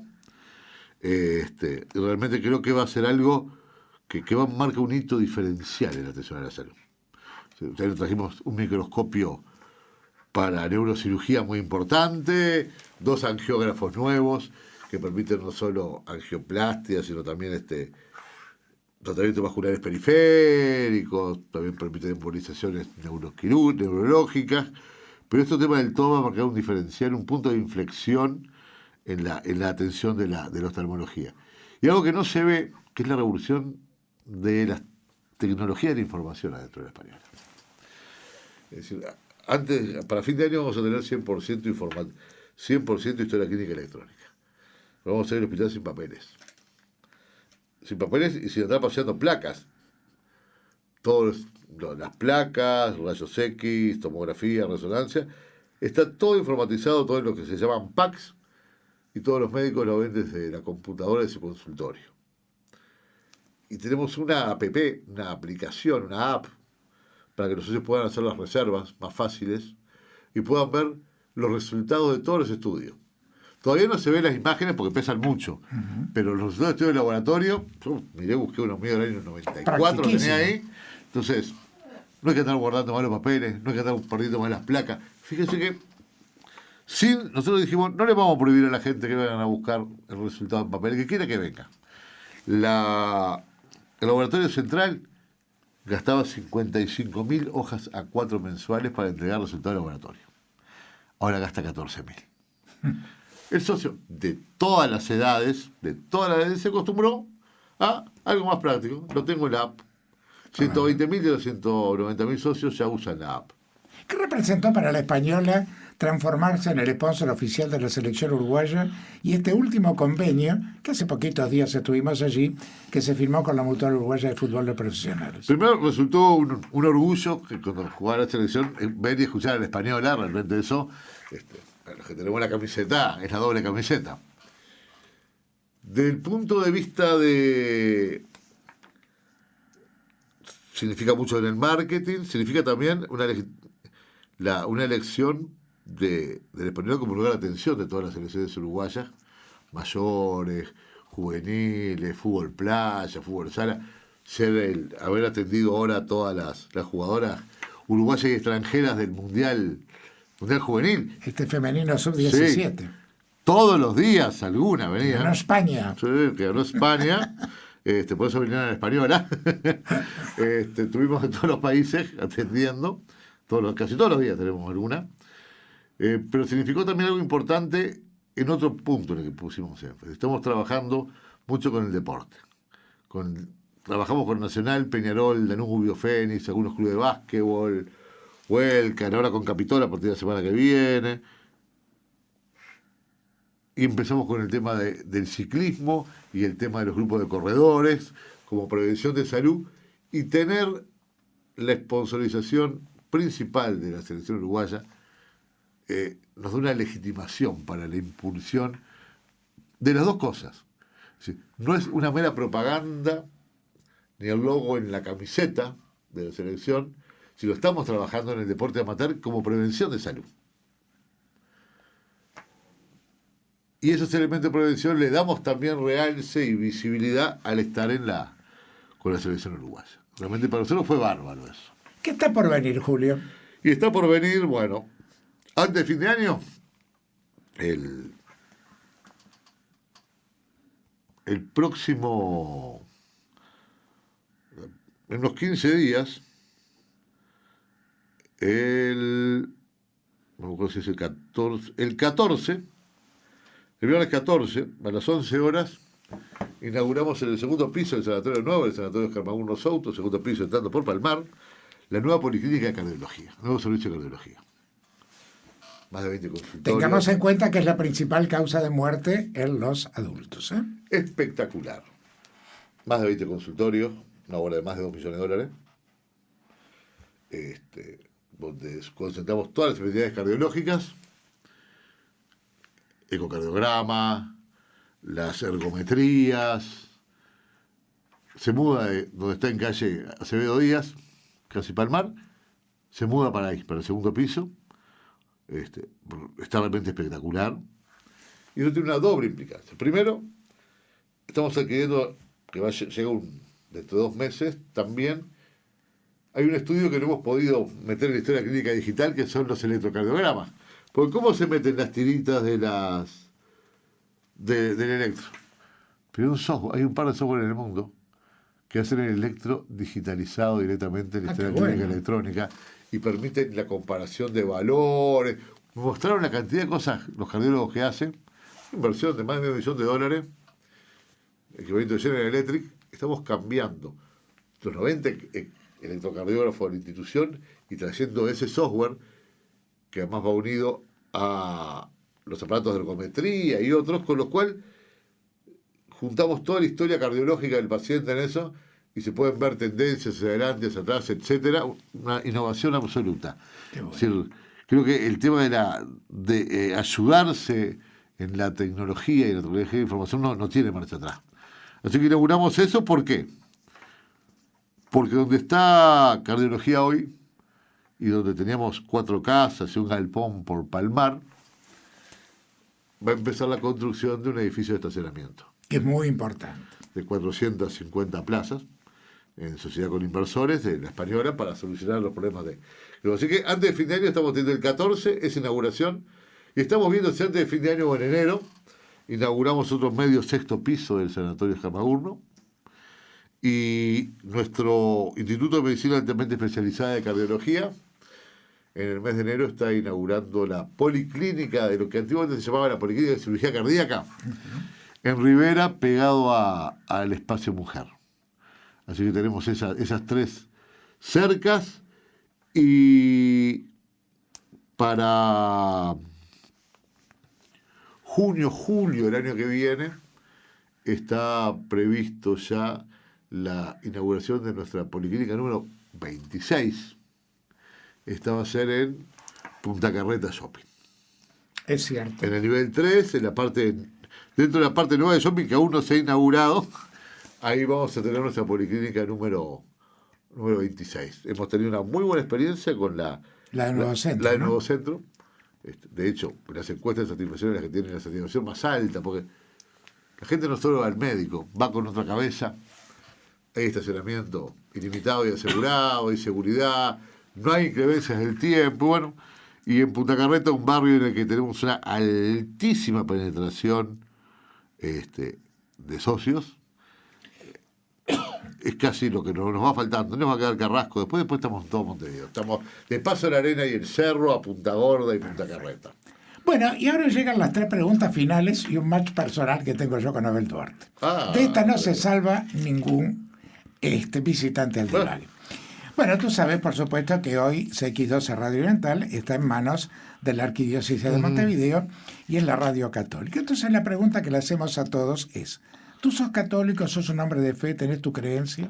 Sí, soy católico. ¿Por qué? Eso no puede tener definición racional. Capaz que te puedo decir porque nací en una casa que eran católicos, fui a un colegio católico y adherí. ¿Qué es Dios para ti? esas cosas son difíciles de definir. Yo te puedo decir el primer motor, el motor inmóvil, ¿O lo has el sentido creador, alguna vez en tu etcétera. camino? Porque tú mencionaste que hubo una etapa juvenil Sí, lo he sentido donde cerca y podías lo he- hasta incluirte en el sacerdocio. Sí, claro, sí, lo he sentido cerca y lo he sentido lejos. Y lo he sentido a medias. Yo no recuerdo una vuelta, no recuerdo que yo sentí una sensación extraña de presencia. Eso fue en dos lugares, adentro del Santo Sepulcro y y cerca de las cuevas del Qumran, en el Mar Muerto.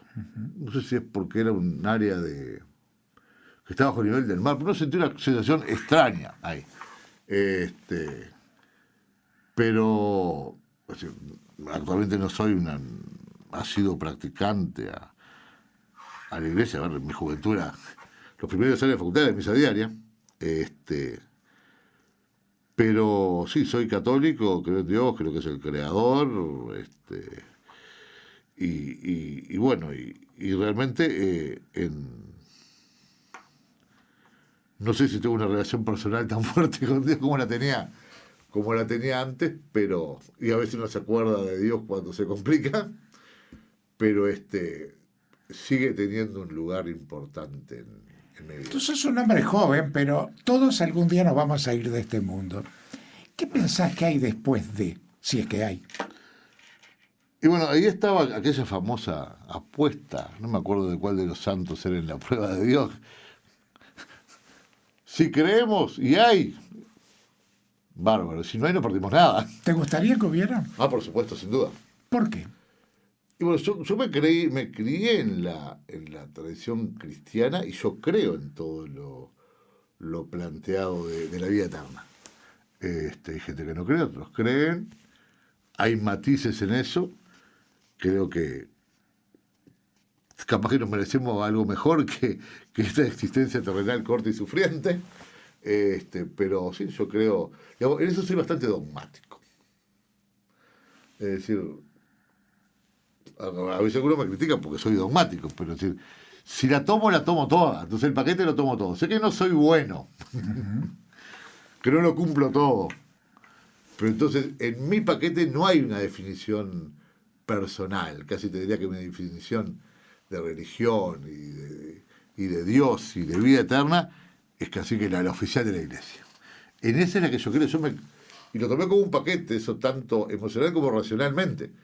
Y capaz que un día largo el paquete lo largo, pero no te digo, le acomodo a mí, a lo que me gusta y le tomo, de repente hay las cosas que no cumplo, admito que no lo cumplo. Pero no te voy a decir, ¿cómo voy a ir a confesar los pecados a un cura? Capaz que hace muchísimo que no lo hago y no cumplo bien, pero no corto el paquete. En ese tipo de cosas. Después, porque como de eso estudié bastante, entonces soy medio dogmático. En lo que no es dogma, sí te corto el paquete. Y ahí creo que vinieron mis desavenencias a través del tiempo con determinados temas de la iglesia. Hoy a las 5 menos cuarto, en Música le hicimos los lunes, hay un espacio que se llama Conversando con el Cura. No es un espacio de predicación, es un espacio para que la gente le pregunte al cura o a la Iglesia Católica como institución algo. ¿Qué le preguntarías al padre Fabián Rovere, director pastoral de la emisora, a él como sacerdote o a la Iglesia Católica como tal? Es difícil. Pues yo no sé qué le preguntaría a la iglesia. No te voy a decir porque tengo todas las respuestas, porque no tengo muchas curiosidades. Es decir, no le preguntaría sobre los problemas notorios que han habido en la iglesia, pues creo que las respuestas las tengo. Pero y tampoco, y también entiendo que la penetración no sea la de antes, pero yo le preguntaría, es medio complicada la pregunta que le voy a hacer, pero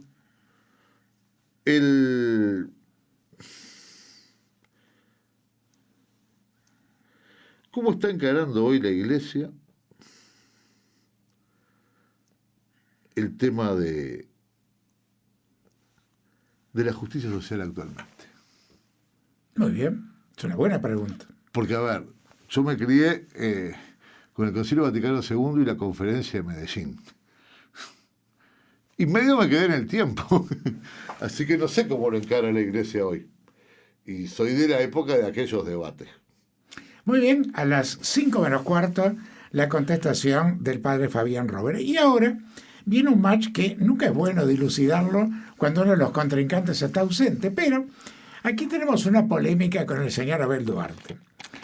Él dice que el destino no existe porque el destino se lo hace uno. Y yo estoy totalmente de acuerdo con él, que el camino lo traza uno.